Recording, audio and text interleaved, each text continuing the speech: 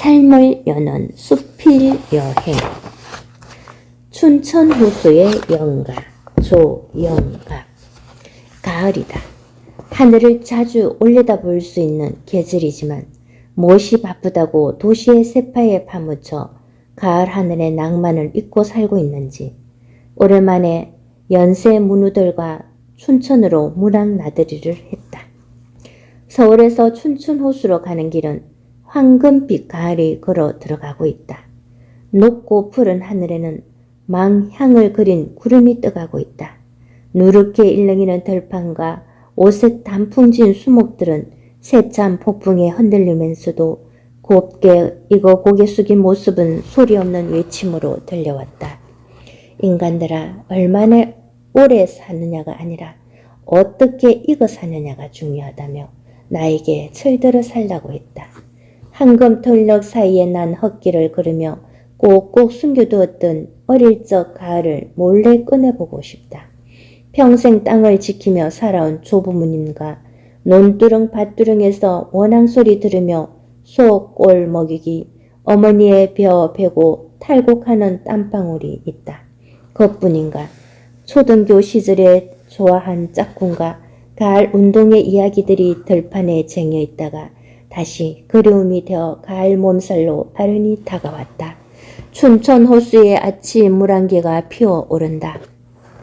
오래된 이야기를 간직한 숙소는 좋은 추억들 많이 머금고 가란 듯이 조용히 물안개와 숲길을 내어주고 기다린다. 찬 기운을 만난 미세한 물방울이 희뿌옇게 연기가 되어 다가온다. 마치 그 모습은 밤새 차가워진 삶의 고뇌와 슬픔을 털고 아침에 일어나 평안 속에 소망으로 춤추며 피어오른 가늘은 여인의 카타르시스의 흔적이 아닐까. 물안개가 가을 바람 등을 타고 호수와 나무의 새벽잠을 깨우며 서로 안부를 묻고 그리운 사람에게 살며시 오라고 몸짓한 것 같다. 나도 살아온 날들보다는 살아갈 날이 짧아진 존재이다.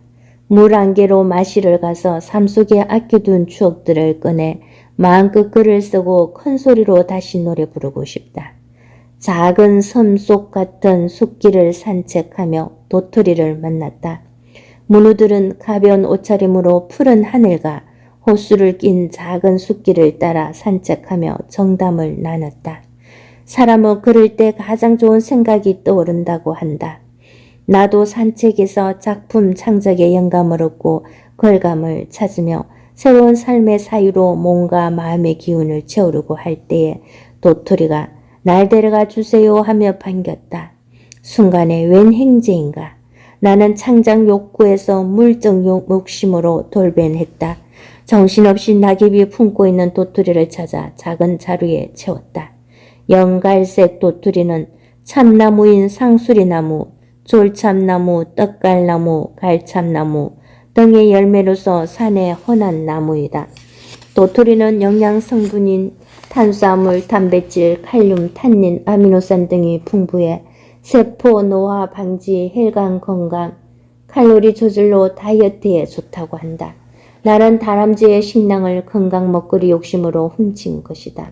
도토리묵 한 접시는 다람쥐의 한 달 식량이라는데 말이다. 자연 속에서 공생하며 살아야 한다는 양심도 잊은 채 철저한 이기주의가 된 것이다. 다람쥐야 미안해. 다음에는 안 그럴게. 오랜만에 문학 나들이는 행복했다. 황금빛 덜파는 추억을 소환하고 보일 듯 말 듯한 물안개 속에서는 남아있는 삶의 꿈을 채색한다. 한가한 숲길에서는 긴 호흡으로 걸감을 찾으며 연가를 부를 수 있다. 언제인가 내가 글을 쓰다가 어떤 주제의 소재에 막히면 다시 춘천 호수늘을 찾아오리라. 창밖에 빨갛게 물든 노을 속에 글을 쓰고 고치며 완성해가는 성취의 시간을 즐길 수 있고 그것은 곧 삶의 여유이고 행복이기 때문일 것이다. 보훈의 숲 현충원 하탱내. 눈이 시리도록 초목들이 싱그럽다. 불볕더위가 연일 계속되지만 상큼함은 자연의 순환과 풍경을 그려놓은 것 같다. 바람과 새들도 조용함으로 경건함을 더해준다. 국가를 위해 숭고한 희생으로 공헌하신 호국 영령들이 고이 잠든 국립 서울 hen충원이다. 국가는 어떤 존재이기에 충절의 대상이 되고 있는가? 가슴속에 영혼이 끄지지 않는 영혼, 애국의 영령 비석들이 침묵으로 참배격들을 맞이한다. 조국과 민족을 지키는 것은 나의 사명이라며 죽어서도 편히 잠들지 못하고 나라 걱정 부모 형제를 사랑하는 순정은 생사를 넘어서 솟을 바람으로 애태우고 있다. 마치 나훈아의 태스행에서 세상이 왜 이래 왜 이렇게 힘들어 노랫말처럼 시끌불적한 삶의 현실을 어찌할 것이냐고 묻고 있다. 오늘도 영혼들은 더 좋은 세상으로 차마 떠나지 못하고 현충원의 푸른 숲 나뭇가지에 머무르며 그날의 정인으로 남아있다. 저 만치의 빛바랜 모자와 정복을 입고 주름진 손으로 모비를 어루만지며 눈물을 흘린다. 치열한 포화 속에 쓰러진 전우와 함께하지 못한 미안함과 이루지 못한 평화 통일의 소망을 애태우는 노병이 애처롭다. 먼저 가신 호국 영령님들은 오늘을 살고 있는 우리들에게 굳건히 국가를 지키고 남겨진 과제로서 내가 존재하고 살아가야 할 국가의 평화 통일과 민족의 번영을 이뤄달라고 간곡히 부탁하는 듯하다. 대한민국 전몰군 경미 망인회는 매월 첫날 아침이면 hen충원을 참배한다. 전몰군경 미망인회 본부 회장님과 서울특별시 지부장 및 지회장은 국가와 국민을 위한 숭고한 애국과 희생을 기리고 개성 발전시키기 위해 참배를 한다. 나는 2021년 올해 서울 은평구 지회장으로 봉사 임무를 맡았다. 검정 정장에 하얀 블라우스, 나라사랑 배지를 달고 까만 구두를 신고 참배 대열에 선다. 경비병들의 호의 속에 군악대의 밴드에 맞춰 호국 영령들의 거룩한 나라사랑 정신을 추모하며 묵념을 드린다. 참배할 때마다 조국에 방패되어 승리의 깃발을 높이 올렸지만 다시는 돌아올 수 없고 만날 수도 없는 임들이기에 가슴에 숨이 막힌다. 하나의 양초처럼 자신을 불태워 국가와 민족이 나아갈 길을 열어준 희생정신에 깊이 감사를 드린다. 나도 어느덧 칠순이 되었다. 먼저 가신 임들의 자리에 남겨진 미망인들은 수많은 시련과 역경을 이겨내며 살아왔다. 바로 그 보온 가족들을 위해 존경과 감사한 마음으로 나의 마지막이 될 봉사를 영광으로 생각하고 그 책임을 다하며 살고 있다. 세월은 강물처럼 유장하게 흐르지만 꼭 흘러가는 것은 강물만이 아니다. 세월에 얹혀서 모든 생명체도 다 그렇게 흘러간다. 지금 전몰 군경 미망인 회원 대부분은 고령들이시다. 6.25 전쟁 혹은 해외 파병에서 수많은 전사자의 미망인들의 슬픔은 가시지 않은 하늘로 남겨져 있다. 평화시에도 지상, 해상, 공중에서 국가 번영과 사회 안정 임무를 수행하다가 돌아가신 군인과 경찰 및 소방관의 미망인들은 지하비를 나라에 바치고 여성 가장으로서 어린 자식들을 굶기지 않고 가르치며 오는 날까지 힘겹게 살아오셨다. 떠나간 사람과 떠나보내는 사람은 얼마나 깊은 마음의 강을 건너고 있는지 아무도 모른다. 남겨진 슬픔이 하늘로 밀려온 미련은 얼마나 서러운지 회원들만이 아는 가슴 시린 삶이다. 그러나 선진국가가 된 오늘날 국가에 대한 충성과 국민을 위한 희생의 위대한 역사가 우리들 마음속에서 희미해지고 잊혀간 것이 아닌지 안타까운 마음이 들기도 한다. 누구나 생명은 소중하다. 하나뿐인 생명을 나라에 바치고 끝내 가족의 품으로 돌아오지 못하고 침묵이 대지 위에 하나의 모비가 되고 어느 사나이의 비목이 되었다. 미망인들은 젊은 나이에 사랑하는 남편을 조국에 바치고 상실감으로 슬픔과 고통을 가슴에 묻으며 한 가정의 가장으로서 자녀 성장을 위해 고된 인생 역경을 살아왔다. 대한민국은 선진국이 되었다. 남겨진 미망인 및 자식들의 희생과 아픔은 조국과 함께 영원히 존중되고 기억되기 위해서는 반드시 복지 지원 소원 사업 등이 이루어져야 한다. 갈등의 시발점은 어디일까? 김형중. 언제부턴가 시금치의 캐릭터는 뽀빠이로 건강의 상징이다. 우리들 밥상에서 한 구석을 차지하는 시금치에 철분이 많이 들어있어 건강에 좋다는 속설의 뒷받침이 상당한 영향을 주었으리라. 모든 채소에는 철분이 있지만 시금치에 특히 그 함량이 많다는 소문은 실수에 의한 점 하나로부터 시작되었다. 이 상식의 소문은 어디에서 온 것일까? 학계에 알려진 일설에 의하면 1930년대 독일의 과학자가 발표한 논문에서 소 수점을 잘못 찍어 시금치의 철분 함량이 10배로 과장되어 알려진 것을 이후 다른 학자들이 논문에 인용하면서 과학적 사실로 정착되어 버린 것이라 한다. 이처럼 시금치 일화에서 볼 수 있듯이 우리들이 굳게 믿는 사실이 얼마나 맹랑한 근거에 기인한 것일 수도 있고 아니면 근거가 전혀 없는 이야기를 사람들의 입으로 건너뛰면서 사실처럼 받아들이면 우리들의 삶에 중요한 영향을 미칠 수 있음을 말해준다. 이런 현상의 도미노들이 바로 대중심리를 이용한 가짜 뉴스들이다. 장수와 부귀는 인류가 지구에 존재하면서부터 인간들에게 첫 번째 소망이다. 이 둘 중에서 장수는 부귀보다도 더 고귀한 축복이리라. 온갖 부귀 영화를 누리면서 산의 지미로 살아가던 우리나라 역대 왕들의 평균 수명이 40세를 간 넘었다고 한다. 아무리 독실한 기독교 신자라 해도 지금 당장 천국에 가겠느냐고 물으면 선뜻 따라 나서는 성도는 얼마나 될까? 장수에 대해서 좀 더 얘기해보자. 장수의 비결은 천차만별일 것이다. 오랜 세월 인간의 수명은 하늘에 달려있다고 믿어왔었으나 과학이 발달하면서 유전적 요인과 섭생, 운동과 소식, 공기와 물 등 생활 환경에 수명이 달려있다는 견해로 바뀌어졌다. 한편으로 세상의 문화가 변화되면서 정년이 단축되고 일자리를 잃어가고 자본주의 풍토가 짙어가면서 가족 해체가 일반화되어 가고 있는 현실이다. 이런저런 이유로 스트레스에 휘말리면서 장수가 인간 소망의 축복이 아니라 저주로 변해가는 21세기적 나쁜 풍토가 뿌리를 내려가고 있는 것 같다. 세계 10대 강국으로 발돋움을 한 경제대국에서 부익부 빈익분의 추세는 날로 되새어지고 있다. 가난한 방글라데시 같은 나라가 행복지수가 높은 현상은 이웃과의 비교에서 시작된다. 삶의 질에 만족도에서 행복지수는 200여 개 나라 중에서 20%에도 들지 못하는 현상은 바로 높은 곳으로만 시선이 쏠리는 이유일 것이다. 끝으로 갈등 이야기를 해보고 싶다.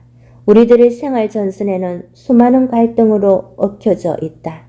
개인의 갈등, 단체와 단체들의 이해관계의 대립에서 오는 갈등, 조직과 상반되는 조직끼리의 충돌에서 오는 갈등, 남성과 여성 간의 대립, 세대 간의 갈등 등 갈등이란 심리학의 용어로 정서나 동기가 다른 양상과 충돌하면서 표현되지 못하는 현상을 말한다.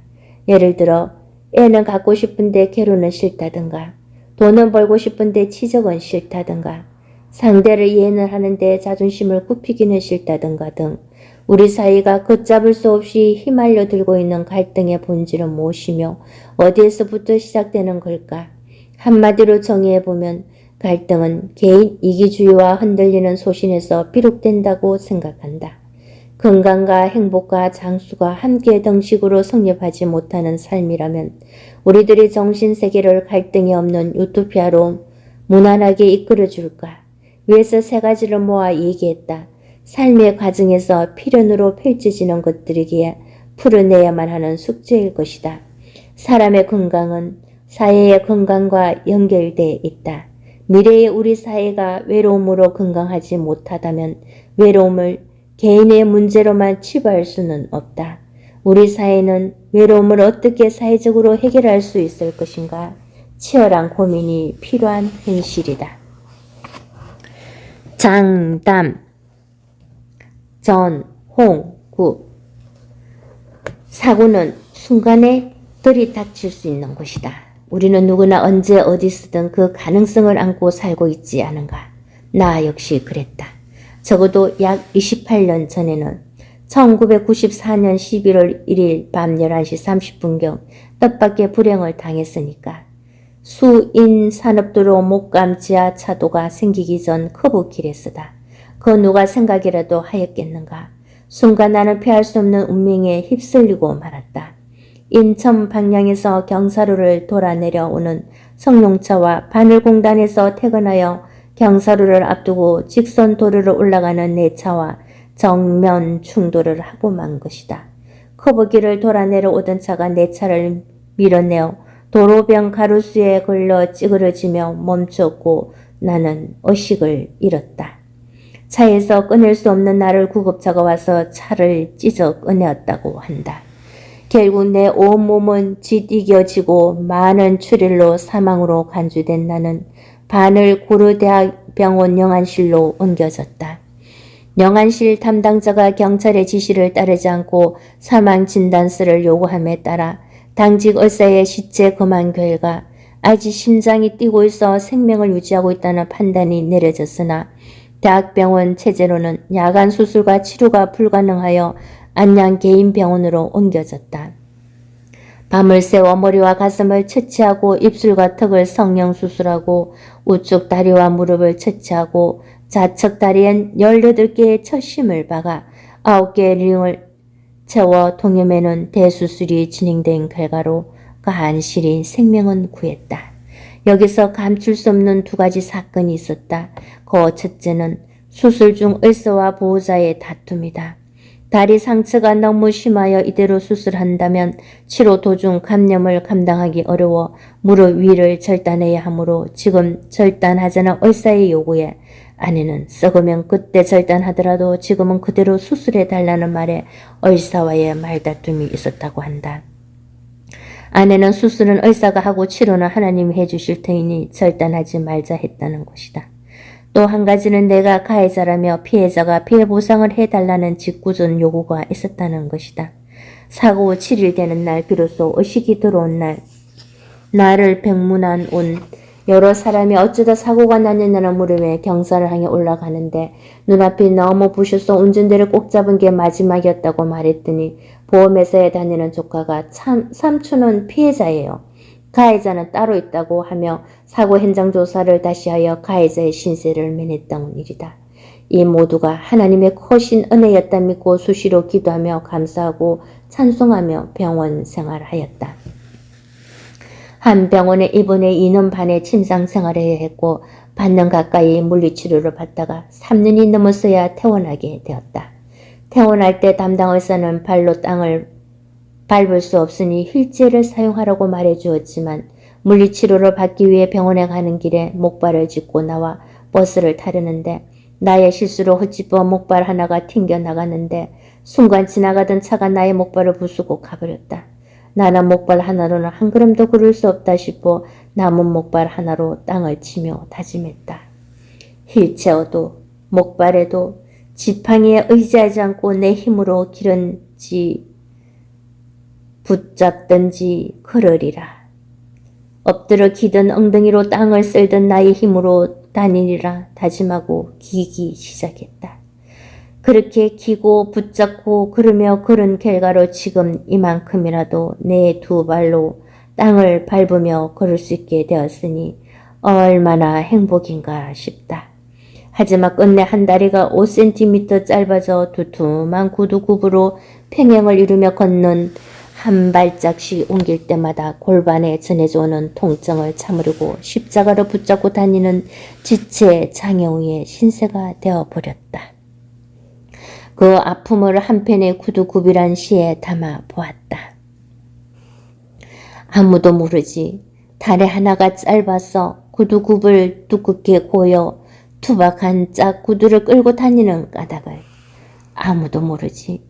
지그재그로 쩔뚝거리는 그런 글이 어긋나 포도블록 틈새에 걸려 넘어질 듯 휘청거려도 얼굴에 널 미소가 번지는 까닭을. 아무도 모르지. 한 발짝씩 옮길 때마다 쓰러질 듯한 몸의 균형, 믿음으로 지탱하며 내디디는 발자국의 무거움을. 그분은 아시지. 나뭇가지 같은 다리에 그름그름 계단 오르내리는 발자국마다 복지국가 장애인 시스를 염원하는 그 기도를. 담당 의사는 생전에 다시는 땅을 밟지 못할 것이라 했다. 하지만 나는 나의 힘으로 걷겠다고 장담했던 것입니다. 넓적 다리뼈와 하지뼈 파손으로 18개의 핀을 박아 9개의 링으로 결박한 환자를 하루에도 몇 차례 여러 명이 찾아와 반납없이 기도하는 사람들이 있기 때문이며 또한 나의 기도에 확신이 있기 때문이었다. 나는 가감하게 서원하였습니다. 고쳐주셔서 걷게 되는 날이면 어떠한 어려움이 있어도 다시는 운전하지 않고 내 힘으로 걸어 다니겠습니다. 발에 힘을 주시어 걷게 하여 주시옵소서. 서원한 후 가족을 통하여 나의 운전면허증을 반납 조치하도록 한 이후 그날부터 나는 기고 붙잡으며 내 힘으로 움직이기 시작하였다. 그리하기를 얼마나 노력했는지 어느 날 담당 의사는 기적이 따로 없다며 이제는 자신이 알아서 치료해도 된다며 치료를 종결하자는 것이었다. 휠체어에 의존하여 살아야 한다던 환자가 휠체어와 목발을 버리고 기고 긴 것이 이제 지팡이 마저 버려야 할 때가 되었으니 의사도 미안했던 모양이다. 그동안 정말 아프고 힘들었습니다. 아내나 내가 장담했던 것은 살아계신 하나님의 역사를 믿었기 때문이었다. 내 생각으로 하나 남은 목발을 어찌 부수실 것이며 수술은 의사가 하고 치료는 하나님이 할 것이라 했겠습니까? 믿는 게 있었기에 장담했다. 그래서 대가는 모든 결과로 하나님께 영광을 돌린 거다. 또 하나, 어슬로는 해낼 수 없는 희한한 사실을 자랑하고자 한다. 크나 작으나 교통사고를 당했던 수많은 사람은 그 후유증으로 날씨에 따라 상처가 쑤시고 절리고 아파한다지만 나는 28년이 지난 오늘까지 날씨로 인한 후유증을 느껴보지 않았다. 그것이 바로 하나님이 치료해 주셨다는 증거가 아니고 무엇이겠는가. 모르는 사람의 나를 보기에는 아무런 불편이 없는 듯 보이지만 지금도 나의 구두굽은 높이가 다르다. 보조기구 없이 자신의 힘으로 바른 자세로 걷는 모든 사람은 참으로 행복한 사람들이다. 장애우를 보살핌에 인색하지 말고 건강함에 감사하며 살아가라고 말하고 싶다. 기다림이 주는 행복. 양영주. 겨울을 지나는 길목이 꽤 길다. 그런데도 혹독한 추운 겨울 잘 이겨내고 아파트 앞 하단에 하얀 매화와 목련이 수줍게 고개를 내밀고 인사를 한다. 항혼 이혼 건수가 30년 만에 17배가 늘었다는 기사를 보았다. 옛날에는 이혼한 사람을 찾기가 어려웠지만 요즘은 환하게 볼 수 있다. 부부간의 갈등을 주제로 JTBC가 방영한 예능 프로그램 1호가 될 수 없어가 인기를 끌었다. 코미디언들이 출연해 자신들의 일상적인 결혼 생활을 가능한 한 사실적으로 보여주는 프로그램이다. MC 박미선이 매번 이혼 1호가 나오기 기다리고 있다며 대놓고 말하지만 이 프로그램은 코미디언들이 가지고 있는 특유의 재치로 부부 갈등을 극복하면서 일상생활을 하는 성공담을 담고 있다. 행복하게 사는 줄 알았던 연예인 부부가 어느 날 갑자기 이혼했다는 뉴스가 흔하게 들리면서 이혼 문제에 대한 사회적 화두를 던지는 것을 목적으로 한 프로그램으로 보인다. 옛날에는 성격이 안 맞고 부당한 대우를 받거나 상대방의 폭력이나 학대, 외도 등 힘든 결혼생활도 이혼했을 때 주위 이목이 따갑고 자식 생각에 다 참고 살았다. 요즘은 남의 눈치 보는 것보다 자기 행복을 더 중요시하는 경향이 많다. 노인이 되었지만 하루라도 인간답게 살고 싶다는 생각에서 자식들이 출가하고 나면 부모로서 의무를 다했다고 생각하기에 이혼 결정을 더 쉽게 하는 것이다. 더욱이 요즘 여성분들은 주부대학, 노인대학이나 텔레비전 등에서 평생 공부를 하다 보니 수준이 많이 올라갔다. 남성들은 가장으로서 직장생활, 사회생활에 무게중심을 두어 가정에 등한시한 것은 물론이거니와 공부와 담싸한 지는 오래다. 이러다 보니 대화하거나 생활하면서 문화적 차이를 크게 날 수밖에 없다. 너무 빨리 현실에 적응한 아내와 아직 옛날 사고방식을 가진 남편과의 벽은 점점 더 두꺼워져 그동안 쌓였던 것들이 복합해서 인내가 한계에 다르게 되는 것이다. 성격이나 사고가 전혀 다른 남남이 만나서 한 가정을 이루고 부부로 산다는 것은 쉬운 일이 아니다. 결혼해 살면서 한두 번 이혼을 생각하지 않은 사람이 몇 명이나 있을까? 강의 때 섭밭으로 세상에서 가장 맛없는 감? 이란 질문을 하며 모두 다 영감이라고 외친다. 그러면 난 아니 그 영감이 결혼할 때도 맛없었나요? 누구의 강요에 의한 것이 아니고 본인의 마음에 든다고 골라놓고 이제 와서 맛없다고 하는 건 모순 아닌가요? 그 영감 누가 맛없게 만들었나요? 라고 되물으며 모두 다 웃는다. 내가 이야기하려고 한 정답은 절망감, 좌절감, 고독감, 패배감이다. 내가 낳은 자식도 성격이 안 맞아서 속상할 때가 한두 번이 아닌데 남남이 만나서 서로 결혼하고 사는데 척척 손발이 맞고 잘 통할 리가 있겠는가. 특히 남자와 여자는 뇌 구조가 달라서 남자는 논리적 분석적인 자아내를 쓰고 여자는 감성적 예술적인 우뇌를 쓰기 때문에 사고가 달라 잘 맞지 않는 건 인지상정이다. 즉 남성이 언어와 여성이 언어가 따로 있어서 서로 이야기하고 있는데 소통이 안 된다. 그러다 보니 그것이 화근이 되어 노후의 항원 이혼에까지 이르게 되는 경우가 많다. 그래서인지 요즘은 남성분들이 어머나 기주고 하며 아내 눈치를 살피고 적당히 알아서 집안일도 챙기고 아내 기분 맞추려고 애를 쓰는 모습이 안쓰럽기까지 하다. 옛날에는 회식 때나 2차에 집에서 마누라가 전화 오면 동료들이 불편해했는데 요즘은 마누라에게 전화 안 오면 그것을 더 이상하게 생각한다. 혹시 이혼하거나 마누라에게 버림당한 거 아니냐고. 이젠 확실히 여성 상위 시대가 온 것임이 틀림없는 것 같다. 하지만 여성분들이여 널검하게 남편과 이혼했다고 부귀영화 누리기 힘들 건데 그냥 잘 다독거려서 기다려주면 철부지 남편들도 철들지 않을까요? 남편을 만난 지 44년 만에 이제야 나를 이해하고 적극적으로 도와준다. 이제 철이 들어가나 보다. 그동안 가끔 흔들렸던 마음이 긴 기다림으로 편안해졌으니 이제는 긴 겨울 이겨내고 화사하게 핀 봄꽃처럼 행복을 누릴 차례가 되었나 보다.